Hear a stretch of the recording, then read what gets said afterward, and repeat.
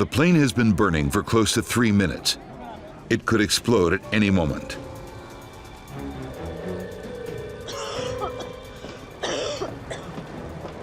Captain, all passengers are evacuated. You're the last one. Typically, the captain will stay until everybody's off, and he will verify that the airplane is empty. The pilots have put their passengers' safety first. But now, it may be too late for them. You're gonna have to climb up through the window. You first. Sir. All 737 cockpits are equipped with an emergency escape rope. It's designed to help pilots exit through the side window. But it's no easy maneuver.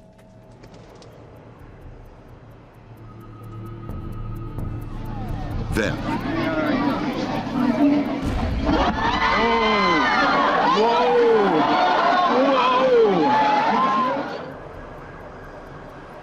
fire on an airplane can quickly become lethal. Incredibly, on Flight 120, all 165 people on board have escaped unharmed. I've never heard of any evacuation where somebody wasn't hurt. To get this many people off in such a dire circumstance in a very short period of time with no injuries is miraculous. We have a developing story. As you may have heard, there is a civilian Learjet. News of a rogue Learjet flying hundreds of miles off course has captivated the nation. The FAA began tracking aircraft in distress. The president was made aware of this situation this morning in a meeting with his economic advisors. Ben's in here. Experts at the National Transportation Safety Board are notified of the escalating emergency. Give me a map. Okay. Once the air traffic control system realized that the aircraft had gone rogue, so to speak, the next step is to try to figure out why. It's either being hijacked or it's malfunctioned, the crew has been incapacitated somehow. Controllers scramble F-16 fighters to track down the wayward Learjet. Jim Tidball has come up with a rough calculation of where the plane will run out of fuel. My best guess is South Dakota, possibly North Dakota. I can't say more than that. Let's hope he's right. With any luck, they won't hit anything.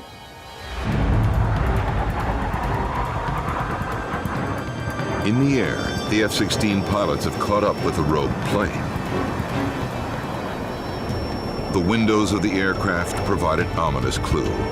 No movement and the window's covered in frost. The Learjet is now a ghost plane. Can we narrow down the crash site anymore? With no hope for the passengers and crew, the only focus now is on where the plane will come down. According to calculations, the jet is almost out of fuel. At 10 minutes past 12, it happens.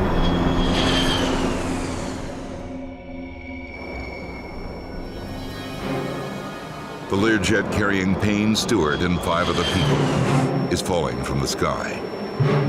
They're going down. They're going down. Where's it gonna hit?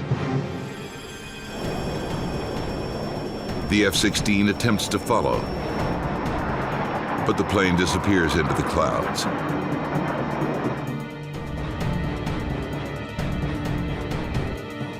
It drops below the radar.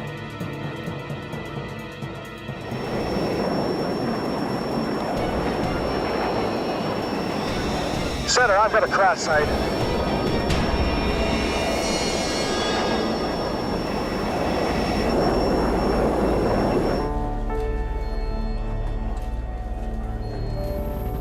Payne Stewart's Learjet has slammed into a hayfield in South Dakota. There are no survivors. Amid growing confusion in the cockpit, the pilots of Flight 2120 still don't know that there's smoke in the cabin. All they're dealing with is just all the alarm bells going off to indicate that equipment is failing left, right, and center. But mechanic Jean-Paul Philippe realizes they're in serious trouble. An onboard fire has the potential to consume the entire aircraft in seconds.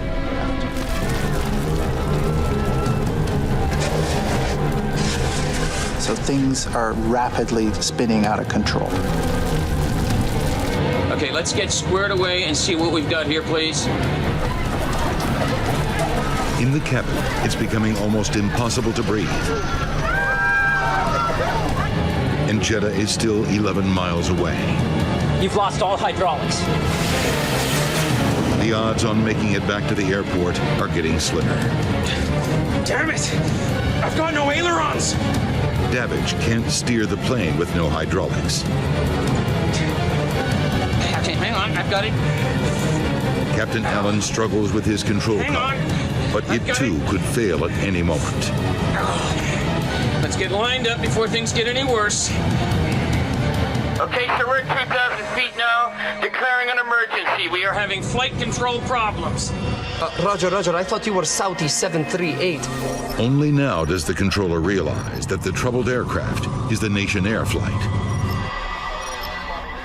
Turn left right now, heading 080, expect runway 34 left. By this time, it's pandemonium inside the cabin. Passengers are being engulfed by flames, and bodies are starting to fall from the aircraft fuselage. The plane is right over Jeddah, a city of 2 million people. Bodies were falling out of the aircraft 11 miles from the airport. Okay, sir, we're having trouble turning. We are having flight control problems. We will try to turn left. We are having flight control problems. In the situation, it would have made certainly controlling the aircraft for an approach and landing very, very difficult. How much further? 10 miles. 1,700 feet. Choking for air, some passengers try to open the doors. At this speed, it's impossible. Jeddah 2120, clear to land runway 34 left. Okay, we're coming straight in. We'll land on the left. Require emergency vehicles immediately. We have a fire. We will be ground evacuating. Jeddah 2120, clear to land any runway, clear to land. There it is, it's 2 miles out. All right, let's get on the ground. I've lost elevators. Christ, I have no control. Landing gear down.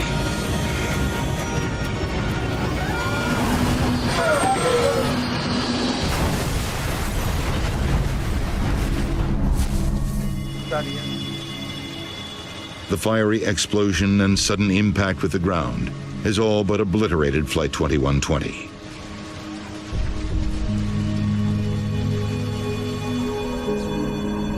"247 passengers and 14 crew members are dead. This is the worst accident ever for a Canadian airline, and the deadliest crash of a DC-8 in history.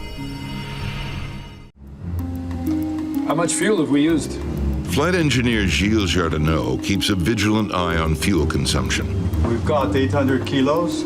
Concorde burns through it at an astonishing rate. In the short taxi to the runway, the plane's 4 engines have already used as much fuel as the average car uses in 6 months. Booking a seat on the famed jet requires deep pockets. The return fare to New York costs more than $9,000. It was not something unaffordable for those people we had on board. Some of them, I tell you, they didn't even know how much they were paying. Air France 4590, runway 26 right, clear for takeoff. 4590, cleared for takeoff. 26 right. The tower controller today is Gilles Longelin. I was stationed in the southern control tower, which has a very good view over the 2 runways that we use. This day was the same as usual. I gave him the takeoff clearance.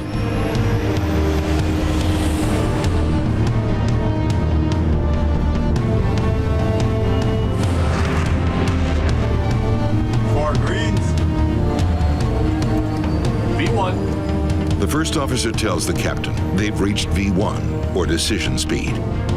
They're now going too quickly to abort the takeoff. You cannot stop anymore. You have to go on. You have to continue takeoff, whatever happens.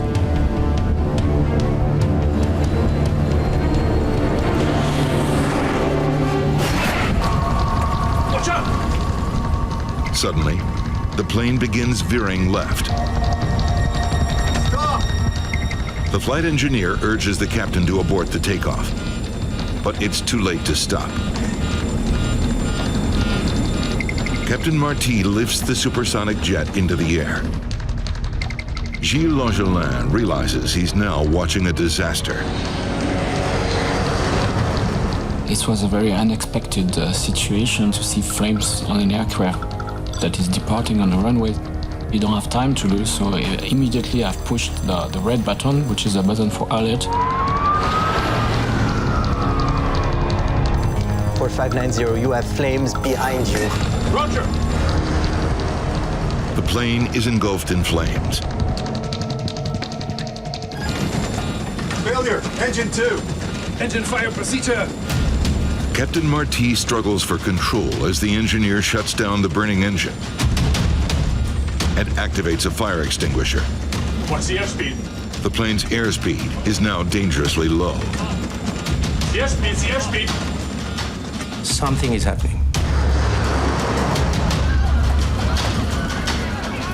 Some things that is not covered by training. Something that in pilot career you don't want to face. First Officer Marceau wants to head for a nearby airport. Le Bourget! But the crew can't outfly the fire that is rapidly consuming their plane. The supersonic marvel of modern aviation. No! Slams into an airport hotel. Oh mon Dieu. I could see kind of big, like a big mushroom of smoke.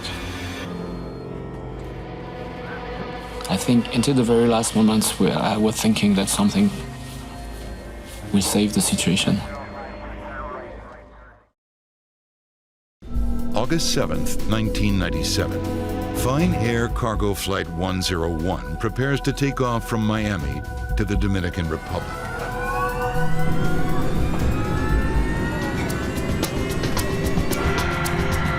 At 12:30 p.m., when Flight 101 taxis to its runway, First Officer Petrosky recites a familiar drill. Okay, standard fine air procedure. If there's a problem prior to V1, which is 130 knots, the pilot in command will abort the airplane. Treat anything after V1 as an in-flight emergency. Sounds good. At 12:34, the tower makes contact. Fine Air 101, fly heading 270, cleared for takeoff. Clear takeoff 27 right. Fine Air 101 heavy. Okay, force spooled and stable. Max power. Okay, coming up on 60 knots. Power set. 80. V1. Rotate. The plane lifts off the runway. Easy, easy. Easy, easy, easy.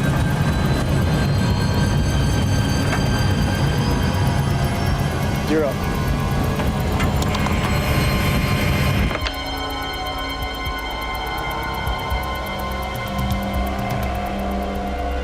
The air traffic controller is alarmed by what he now sees.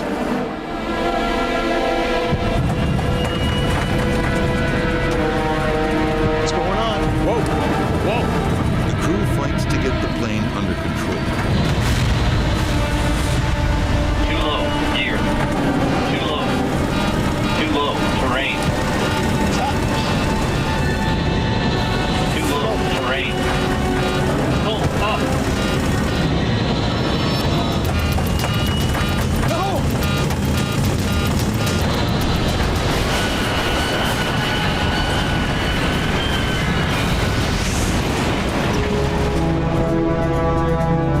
Where's your emergency? Yes, there's been a plane crash at 72nd and 25th. It's the unthinkable. A plane crash in the heart of Miami. The plane's three-man crew and security guard are confirmed dead. Seatbelt, please. Thank you. Cathay Pacific Flight 780 is cruising at 38,000 feet over the South China Sea. Captain Malcolm Waters and his crew are nearing the end of a 4.5-hour flight from Indonesia to Hong Kong. 165 miles from Hong Kong Airport, the Airbus leaves cruising altitude and begins its descent. And then something goes wrong.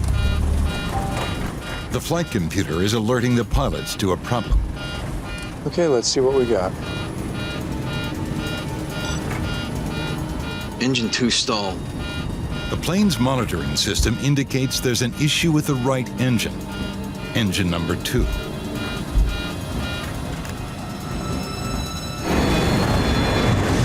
With no explanation for the incident, Captain Waters reduces power on the engine to idle to protect it from damage. Idle. The lowest possible power level while still keeping it running.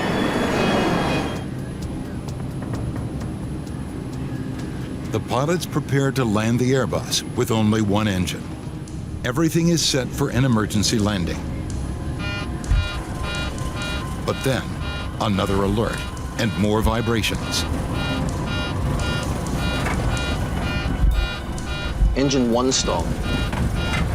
Engine 1 stall confirmed. Things have gone from bad to worse. The monitoring system indicates they've just lost the other engine, the one they were counting on to get the plane to Hong Kong.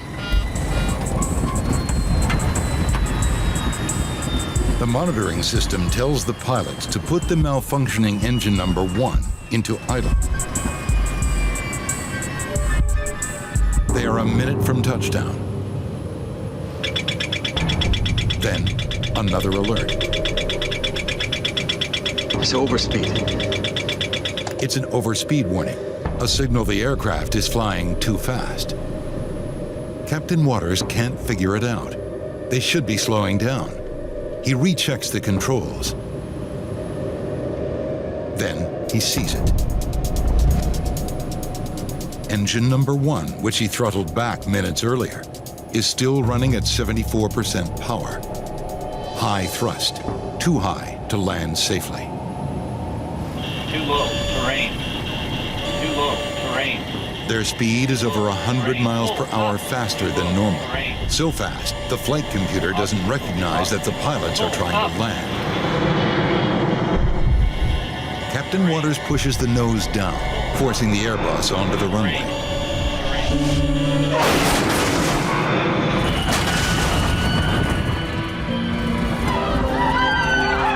The Airbus is getting close to the end of the runway.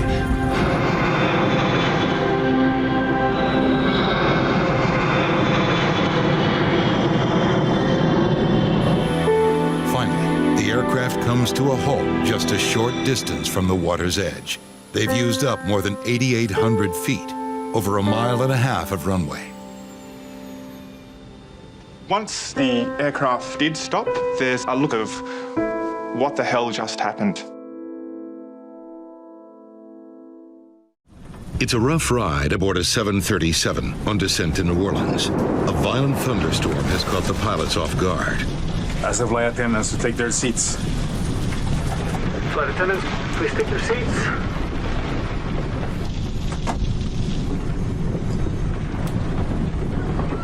Suddenly, less than 17,000 feet from the ground, the flight becomes all the more terrifying. We've lost power on the engines. I've got nothing. The plane has enough speed to glide, but not for long.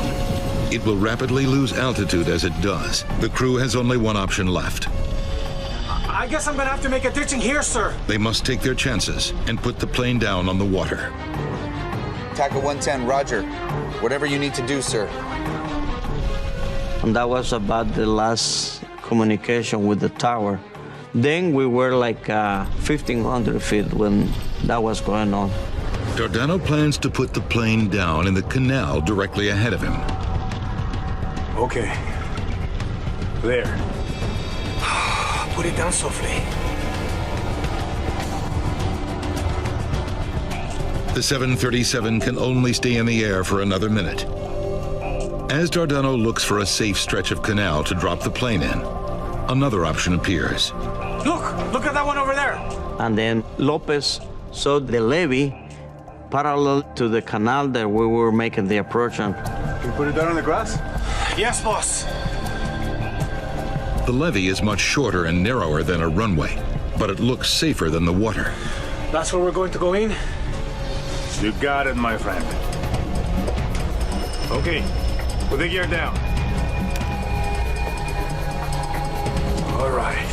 But Captain Dardano is still flying towards the water. To have any hope of landing on the levee, he needs to make a sudden and dramatic course correction. That requires a risky maneuver known as a side slip. So we just had to do a little bit side slip to get into position to make a perfect landing. It's a move meant for small planes and gliders, not a 47-ton Boeing 737. But it's a risk he has to take. Agarrate, papá. Only 700 feet separate the plane from the ground. Without engines, the pilots have no thrust reversers to slow the plane when it touches down. Dardano has an additional challenge. With only one eye, he's unable to gauge depth as he speeds towards the narrow, rain-soaked strip of grass. There's a high cement wall in front of the levee and a steep embankment on the left. There may not be enough room to land. Watch out for the wing on that side. I see it. Come on. Aquí te tengo, baby. Aquí te tengo.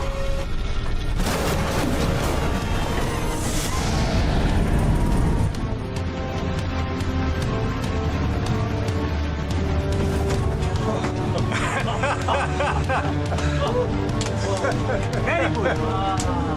Very good. Very good, Charlie. El aterrizaje fue espectacular. El avión The landing was aterrizó spectacular. The plane landed so smoothly. There wasn't even a bit of turbulence.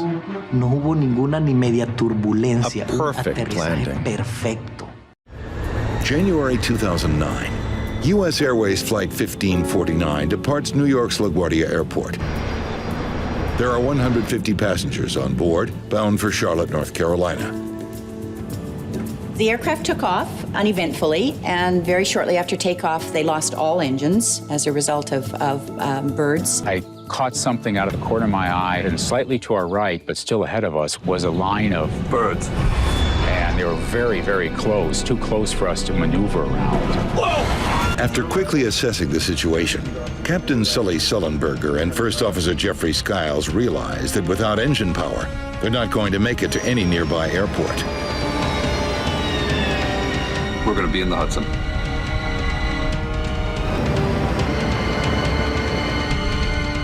Brace for impact. You need to be aware of your brace position. In many, many accidents, the cabin crew are trying desperately to get the passengers into the brace position, but because the passengers haven't read the safety features card, they don't know what that means. Get your heads down and stay down!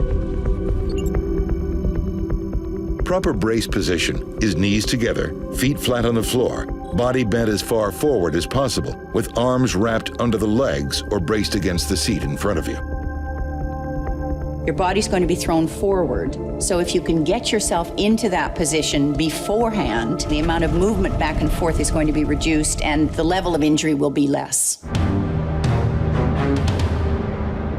In the cabin, the passengers prepare for the inevitable. All the passengers really started kind of pulling together, and somebody yelled out as we were going down. Be ready at the doors. The folks at the door says, "We're ready." Clay Presley does what all passengers should. He stays calm and tries to think ahead. So I started thinking about, if we're going to crash, I know I need to figure out where the exit rows are. If the water comes in, you need to be able to hold your breath long enough to get to those 4 or 5 rows and get the doors open if you can. But before anyone can escape, they must first survive a high-speed impact.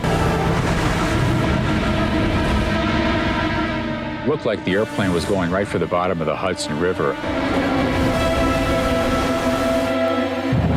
Then the airplane popped up, and it was just sort of gently rocking in the waves. In an instant, the $75 million plane has become an unlikely boat floating down the Hudson River. It's now filling with freezing water. That water was cold. It was very cold, so your feet are freezing. You land in the Hudson in the middle of the winter, the water is going to be very cold and you're going to suffer from hypothermia very quickly. Their feet and their hands will get numb. They're going to be useless. Passengers nearest the exits open the doors. I just jumped up very quickly and started making my way to the emergency door. And so I worked my way out onto the wing, just a few steps to start with. Fortunately, they had slide rafts rather than just slides, so what they were able to do was evacuate passengers into the slide rafts. In the end, all 150 passengers and the entire crew of Flight 1549 are brought to safety. Another example of how serious aviation accidents often end well. Asiana Flight 214 is nearing the end of an overnight flight from Seoul, Korea to San Francisco. Ben Levy is a frequent flyer returning home. I fly pretty often for business or visiting my family. I'm originally from France, and so, I fly long distance a lot. I fly in and out of SFO a lot. So I know the airport very well. Many of the other 291 passengers are Chinese, including a group of teenagers on their way to summer camp in the United States. Asiana 214 Heavy, runway 28 left, cleared to land. Landing checklist complete. Clear to land. On glide path. The pilots check a set of lights beside the runway that can help guide them to a safe landing. Check. The plane is less than a minute from the runway when Ben Levy realizes something is wrong. I remember noticing that there's a small pier that extends out of the runway, and I'm like, wow, we're very low. And I dismissed the thought thinking, well, what can go wrong? There's all the technology on board to make sure that those guys don't mess up.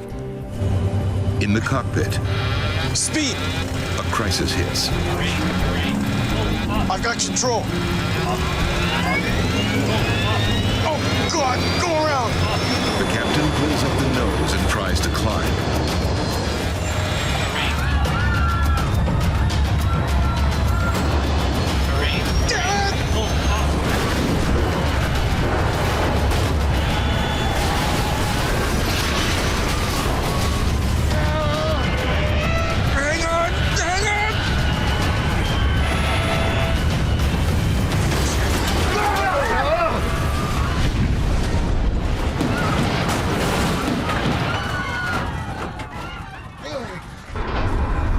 Impact has torn the tail off the body of the plane.